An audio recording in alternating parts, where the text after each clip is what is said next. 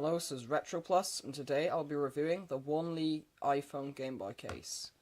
So you put this on your iPhone, and it's a functioning Game Boy on a case, basically. So let's get this open here. So okay, the instructions just fell out. There's a spare battery inside. It works off one button cell. So here we go. Let's just have a quick look at the instructions. Yeah, I'll put that there for now. Alright, it might all be in Chinese. So it's for the iPhone 6, 6S, and 7 and 8. So that's interesting. Yeah, it's just showing, the gameplay and stuff. Got all the options there. Okay, so that's interesting.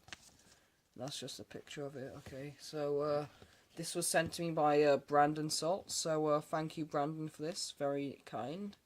So I don't have a iPhone, but I can't really show it in the iPhone because I don't have an iPhone, but so this is like the back, that's where the battery goes, and up here it says it is HD screen proof because the screen is not very high definition. It's literally like it's like big blocks, and it is also explosion proof. So if you're out in the war, and there happens to be a grenade, you're covered. This thing will survive, and it is smudge proof, so you can't smudge it, even though there's quite clearly a load of marks and smudges there. I mean, ignore that, but yeah, see, and there are smudges there, but whatever. So it's very hard to see the screen. Now, when I turn this on, you may recognize it. So this is the on button here. So that looks suspiciously similar to this, the Game Poke, this tiny little handheld here. This is probably the world's smallest handheld ever, if I'm going to be honest, that I've ever seen at least. It looks suspiciously similar. Huh. Pretty similar to me. It's like a clone of the same, it's basically the same thing. So this is basically got the same guts as that, except this is in a different form. It's got a much bigger screen, which is nice. It's a lot easier to see, I think, as well. Oh no, this is definitely a sharper screen because it's smaller. And this is cuter, but you can see it's like a huge screen. And if I compare it to a Game Boy Pocket here, yeah, the screen is actually bigger than a Game Boy Pocket, which is surprising. And if I turn the Game Boy on, well, the Game Boy is definitely sharper. I mean, obviously, it's going to be better than this, like, cheap screen, but, yeah. It's interesting, nonetheless, that's bigger than the Game Boy Pocket. And if you aim it right, if you angle it right, it actually is green, like the Game Boy as well, like the original, so it's just a weird screen. It's basically a calculator screen. So, yeah, this is Tetris. When you set it to I and level 99, it's basically Tetris. So, yeah, this is the sound. It looks just like a Game Boy here. You can see if I compare the controls, it's very similar, It's obviously what they were going for. This D-pad is not a plastic button. This is actually a big piece of rubber, and you push down each button individually, if you notice there. This is actually rubber. And these are rubber too. They should have made that plastic, but I guess, yeah, if it's in your pocket, I mean, I'm not sure really, but the problem is your phone's going to be in your pocket, so that screen's going to get really scratched up over time, really, but I'm not too concerned about this, really. But it's cool to have, anyway. Let's just press there's the start button. So I'm going to attempt to actually film this. Alright. This is Tetris. No music, unfortunately, just sound effects that are really annoying. Now, this is a weird version of Tetris. That's a bomb. It has bombs for some reason. I don't know what they were thinking when they did that, but yeah, it's got bombs. Maybe that's what they meant by explosion proof. I have no idea. But yeah, it's just basic Tetris, and it's cool. It's cool. It's nice to have. And I reviewed the Game Poke, which is the little white one. Oh, this one here, which has Tetris on it as well, just like this. And yeah, they're both very similar handhelds, very similar. So let's get well, yeah, and it disappears for some reason, which is just distracting and strange. So yeah, it's a weird version of Tetris. So let's just do another game by pressing reset. It's got a nice little ditty as well at the beginning, Ode to Joy there, it's quite cool. Much like this one, if I press this, it also has the same tune. If I reset, that's coming from that speaker there. So yeah, that's kind of cool. Oh god, they're both going off now, Jesus. They should have a watch on them because it would be like Game & Watch, but I think it would be cool if these had watches. Because if this had a watch or an alarm clock on it, it would be really cool.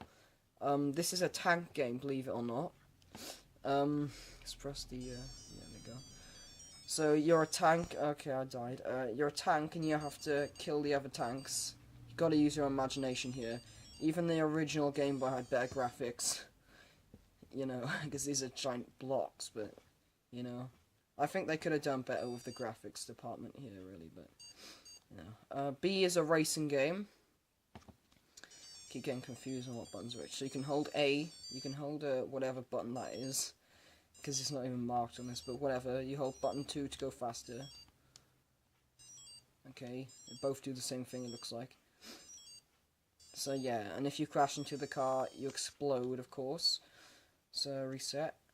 Yeah, okay, alright, there you go. And C is whack-a-mole, that's cool. Up. Yeah, okay. It's whack-a-mole, basically. Okay, somehow I failed that, alright, whatever.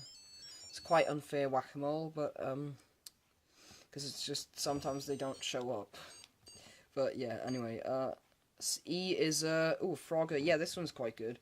Frogger works quite well. Okay, I'm that black spot. It's very hard to track who you are. Alright.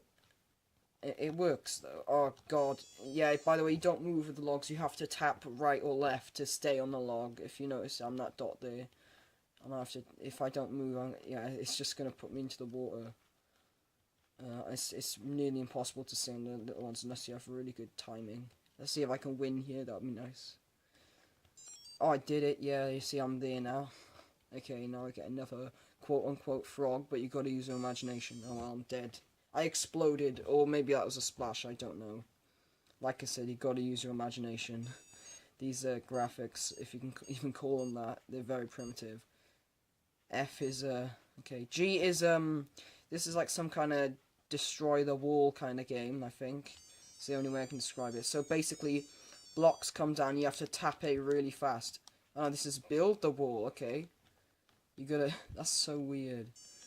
Why would, that's just, they ran out of ideas at this point, I'm pretty sure. Like, why? I think, yeah, H is, I don't even know what this is. Some kind of match up the block, what? I honestly have no clue what that is, but yeah, that's basically the lot. And then I'll do one last size comparison for this. So, you know, you got the, they're roughly the same size, and this is that one. That one's ridiculously tiny as well. It's just, it's funny. So, yeah, let's focus on that. There you go. Yeah, I would recommend, if you have an iPhone, get this, because it's not a bad case. It's actually quite solid. It's quite it's like a rubberized plastic, and it's really quite strong. Oh god. No, okay, yeah, but this one is good if you don't have an iPhone and you just want a nice little game to put in your like wallet or something, because it's like quite a nice thing to have, really. That the only problem is you can't see the screen on the D-pad is a bit bad. You can see the screen in most circumstances though, so it's alright if you're outside. So yeah, it's a good game if you're on the go, and I would recommend poking the speakers out because it's so annoying. And you'll usually, if you want to play it as a stealth system or something, you're gonna want to poke out the speakers because you know they're irritating anyway. And yeah, so yeah, that was my review on the what was it called again? The Wanley 7080 iPhone Game Boy case. That's cool anyway, yeah. It's a cool product, and again, thank you, Brandon Salt, for sending me that. Very kind, and yes, goodbye, everyone.